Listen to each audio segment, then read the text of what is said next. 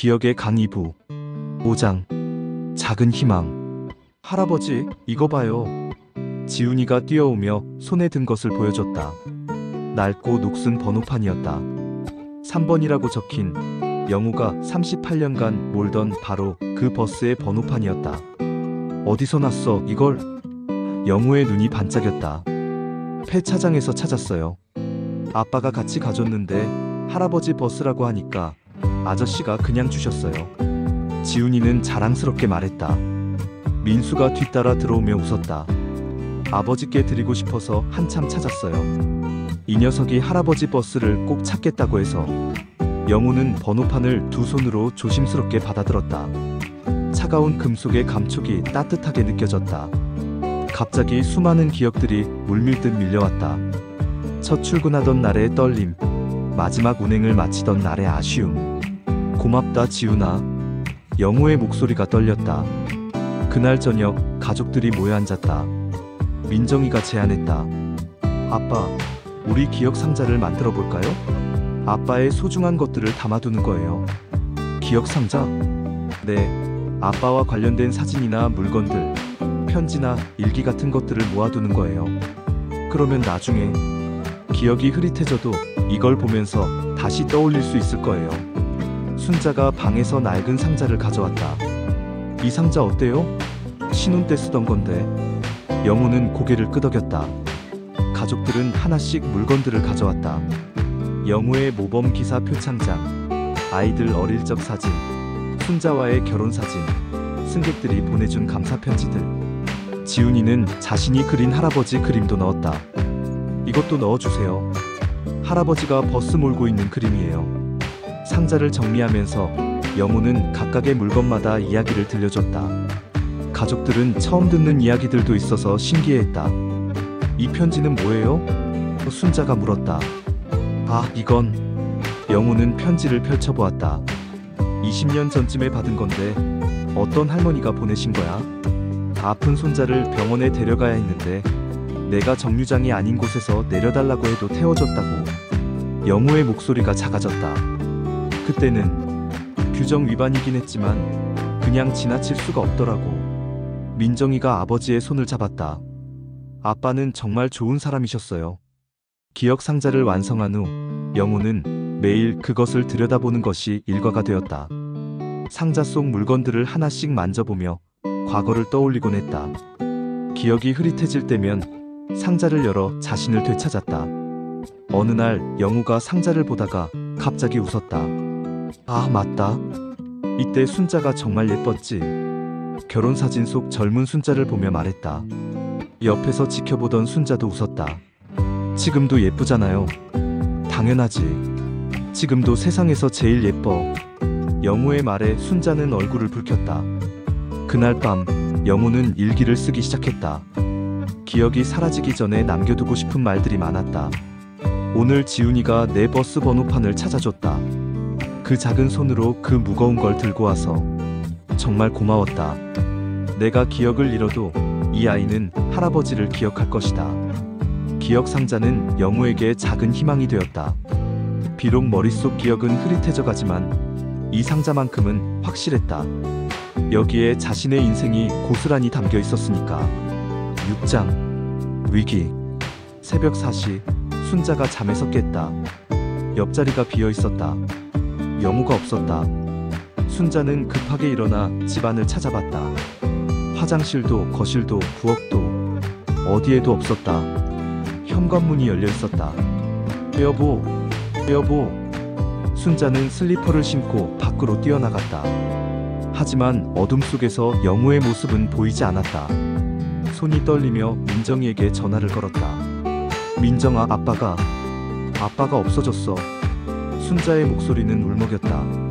30분 후 온 가족이 집에 모였다. 민정이와 민수 그리고 사위까지 모두 급하게 옷을 입고 나온 모습이었다. 언제부터 안 계신 것 같아요? 민정이가 물었다. 모르겠어. 삼시경까지는 옆에 있었는데. 순자는 자책하며 말했다. 내가 깊게 잠들어서. 민수가 차 열쇠를 들며 말했다. 일단 동네부터 찾아봐요. 아버지가 자주 가시던 곳들 위주로. 가족들은 각자 다른 방향으로 흩어져 영호를 찾기 시작했다. 평소 산책하던 길, 예전 살던 집 근처, 버스 정류장들. 하지만 어디에도 영호는 없었다. 새벽 6시가 되자 이웃들도 하나둘 나와서 도왔다. 동네 사람들은 모두 영호를 알고 있었다. 38년간 이 동네를 오가며 사람들을 태워다 준 버스 기사였으니까. 김 기사님 보셨어요? 혹시 영호 아저씨 못 보셨나요? 동네 곳곳에서 영호를 찾는 목소리가 들렸다. 편의점 사장, 약국 아주머니, 경비원 할아버지까지 모두 나서서 함께 찾아줬다. 오전 8시 민수의 전화벨이 울렸다. 네, 여기 파출소인데요. 혹시 김영호 씨 가족분이신가요? 가족들은 급히 신시가지 끝자락에 있는 낡은 버스 정류장으로 달려갔다. 그곳에서 영호가 벤치에 앉아 멍하니 길을 바라보고 있었다. 아빠. 민정이가 달려가 영호를 안았다. 영호의 옷은 이슬에 젖어 있었고 얼굴은 창백했다. 여보. 순자가 떨리는 목소리로 불렀다. 영호는 가족들을 보더니 눈물을 흘렸다. 미안해. 나도 어떻게 여기 왔는지 모르겠어. 집에 가려고 했는데 길을 모르겠어. 아버지, 괜찮아요. 우리가 데려다 드릴게요. 민수가 아버지의 손을 잡았다. 나 애들을 데려다 줘야 해. 영호가 갑자기 말했다. 첫 차 시간인데 아이들이 학교 늦겠어. 가족들은 가슴이 먹먹했다. 영호는 지금 자신이 15년 전에 버스 기사라고 생각하고 있었다. 애들이 추워하잖아. 빨리 데려다 줘야 하는데. 영호의 목소리가 점점 작아졌다. 경찰관이 다가와 말했다. 새벽 4시 30분경에 여기 계셨어요. 지나가던 분이 신고를 해줘서. 많이 추우셨을 텐데. 집으로 돌아오는 길, 영호는 조수석에서 계속 중얼거렸다. 3번 버스. 터미널에서 출발해서 아이들 태우고. 순자는 뒷자리에서 눈물을 닦았다. 남편이 자신을 알아보긴 하지만 때로는 과거와 현재를 구분하지 못하는 모습이 너무 안타까웠다. 집에 도착해서 영호를 씻기고 따뜻한 옷을 입혀줬다. 영호는 계속 미안하다고 반복했다. 괜찮아요, 아빠. 아빠 잘못 아니에요. 민정이가 위로했지만 속으론 두려웠다. 이제 정말 아버지를 혼자 두면 안 되겠다는 생각이 들었다. 그날 저녁 가족 회의가 열렸다. 영호는 방에서 쉬고 있었고 가족들만 거실에 모였다. 이제 정말 24시간 돌봐야겠어요. 순자가 말했다. 혼자 두면 안 되겠어. 민수가 말했다. 제가 회사 휴직하고 돌볼게요. 그럼 생계는 어떻게? 현실적으로 생각해봐. 민정이의 목소리에도 걱정이 묻어났다. 그때 영호가 방에서 나왔다. 너희들이 나 때문에 또 싸우는구나. 아빠, 괜찮다. 내가 알아서 조심할게. 다시는 그런 일 없을 거야. 영호의 목소리는 의연했지만 그의 눈엔 두려움이 담겨 있었다. 그날 밤 영호는 잠들기 전에 기억 상자를 열어봤다. 자신의 버스 번호판을 만지며 중얼거렸다. 내가 길을 잃어도 집은 잊지 않을 거야. 7장 마지막 교실. 할아버지 생신이니까 특별한 걸 해드리자. 지훈이의 제안에 가족들이 모였다. 영호의 74번째 생일이 다가오고 있었다. 그동안 영호의 상태는 조금씩 나빠졌지만 가족들의 얼굴은 여전히 기억하고 있었다. 뭘 하면 좋을까? 순자가 물었다. 민정이가 아이디어를 냈다. 아빠가 좋아하시는 걸, 버스와 관련된 걸 해드리면 어떨까요? 그렇게 해서 가족들은 특별한 계획을 세웠다. 거실을 버스 내부처럼 꾸미고 영호가 마지막으로 운전할 수 있는 시간을 만들어주기로 했다. 생일 당일 영호는 깜짝 놀랐다. 거실에 의자들이 버스 좌석처럼 배치되어 있었고 맨 앞에는 운전석을 흉내낸 의자가 놓여 있었다. 지훈이가 만든 종이 핸들이 달려 있었다. 이게 뭐냐? 영호이 웃으며 물었다. 할아버지의 마지막 버스예요. 지훈이가 자랑스럽게 말했다. 이웃들도 모였다. 편의점 사장님, 약국 아주머니, 경비원 할아버지. 영호를 아는 모든 사람들이 승객이 되어 좌석에 앉았다. 자, 김영호 기사님 출발하시죠. 민수가 웃으며 말했다. 영호는 감동받은 표정으로 운전석에 앉았다. 종이 핸들을 잡으니 정말 버스를 모는 기분이었다. 여러분, 안전벨트 매세요. 3번 버스 출발합니다. 영호의 목소리에 힘이 실렸다. 그 순간만큼은 예전의 당당한 버스 기사로 돌아간 것 같았다. 다음 정류장은 행복역입니다. 내리실 분은 미리 준비해 주세요. 영호는 자연스럽게 안내방송을 했다. 승객들은 박수를 치며 웃었다. 지훈이가 일어나서 기사 아저씨, 저 여기서 내려요. 하고 말했다. 영호는 웃으며 네, 안전하게 내리세요 라고 답했다. 한 명씩 하차하면서 영호에게 인사를 건넸다. 기사님, 그동안 고생 많으셨어요. 덕분에 안전하게 다닐 수 있었습니다. 마지막에 순자가 일어났다. 기사님, 저도 내릴게요. 어디서 내리실 거예요? 영호가 물었다. 기사님 마음속에서 내릴게요. 평생 그곳에 살면서. 순자의 말에 영호의 눈가가 촉촉해졌다. 그럼 평생 무료로 태워드릴게요. 영호의 대답에 모든 사람들이 박수를 쳤다. 버스 놀이가 끝나고 케이크를 자르며 영호가 말했다. 고맙다. 정말 고마워. 내가 이런 대접을 받을 자격이 있나 싶네. 당연하시죠. 할아버지는 우리의 영웅이에요. 지훈이가 말했다. 그날 저녁 영호는 일기를 썼다. 요즘 글씨가 예전만큼 또박또박하지는 않았지만 마음은 분명했다. 오늘이 내 생일이었다. 가족들이 버스를 만들어줬다. 마지막 운행을 한 기분이었다. 38년간 수많은 사람들을 태워다 줬지만 오늘만큼 뿌듯한 적은 없었다. 내가 기억을 잃어도 오늘 이 순간만은 잊지 않을 것이다. 그날 밤 영호는 평안한 잠에 들었다. 꿈속에서도 버스를 몰고 있었는데 이번엔 길을 잃지 않았다. 목적지가 어디인지 분명히 알 수 있었다. 바로 사랑하는 사람들이 있는 곳, 집으로 가는 길이었다. 순자는 잠든 남편의 얼굴을 바라보며 생각했다. 비록 기억은 흐려져 가지만 사랑만은 여전히 남아있다는 것을. 그것만으로도 충분히 감사했다. 8장 기억의 강. 봄이 다시 왔다. 영호의 상태는 많이 나빠졌다. 이제는 때로 가족들의 이름도 헷갈렸고 방금 전에 한 말도 잊어버렸다. 하지만 이상하게도 가족들의 얼굴만은 여전히 알아봤다. 이 사람이 누구지? 영호가 민정이를 보며 순자에게 물었다. 우리 딸이에요. 민정이. 순자가 대답했다. 아, 민정이. 예쁘네. 영호는 웃었다. 이름은 기억나지 않아도 그 얼굴이 소중한 사람이라는 건 알 수 있었다. 지훈이가 학교에서 돌아와 숙제를 하고 있었다. 장문 숙제였는데 제목이 나의 가족이었다. 할아버지에 대해서 써도 돼요? 지훈이가 물었다. 영호는 고개를 끄덕였다. 그럼 많이 써줘. 지훈이는 열심히 글을 썼다. 우리 할아버지는 버스 기사셨습니다.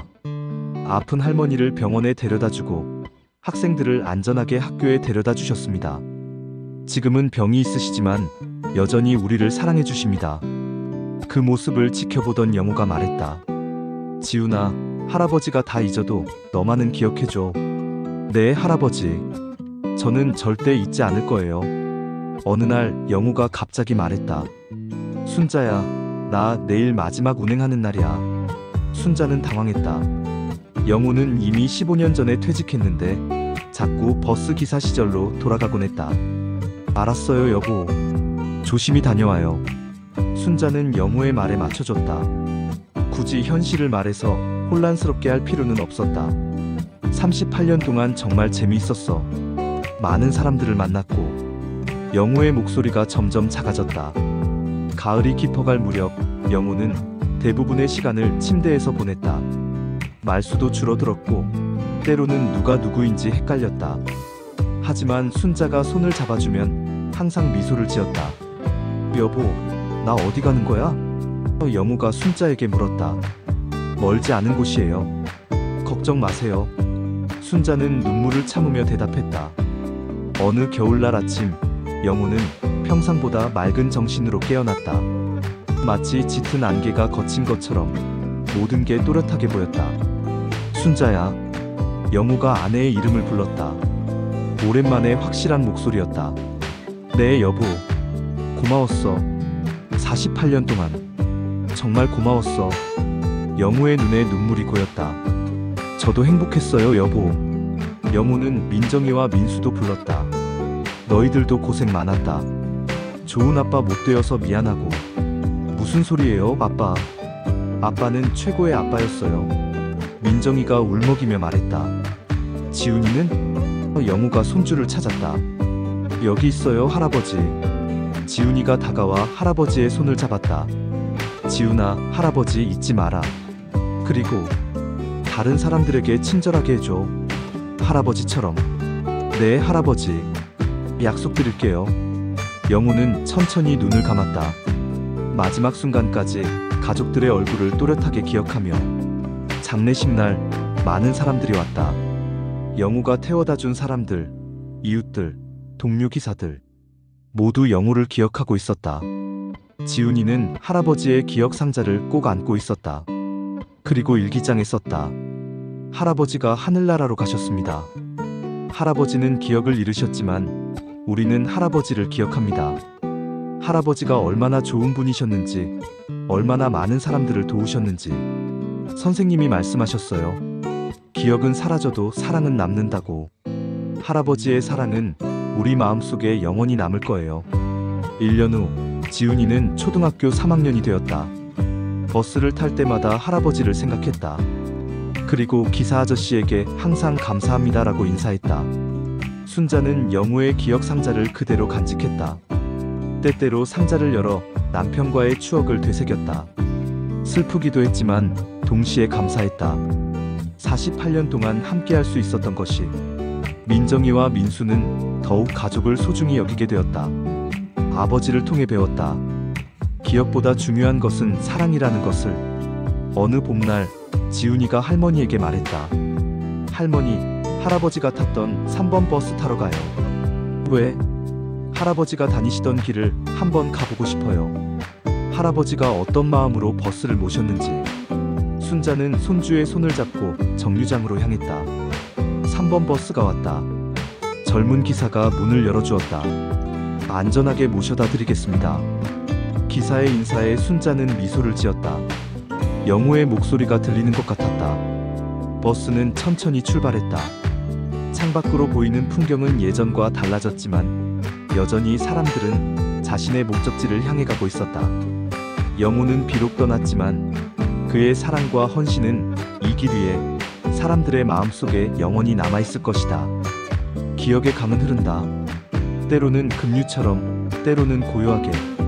하지만 그 강물이 바다에 닿을 때 모든 것이 하나가 된다. 사랑으로. 끝. 기억은 사라져도 사랑은 남는다. 그것이 우리가 기억해야 할 가장 소중한 진실이다.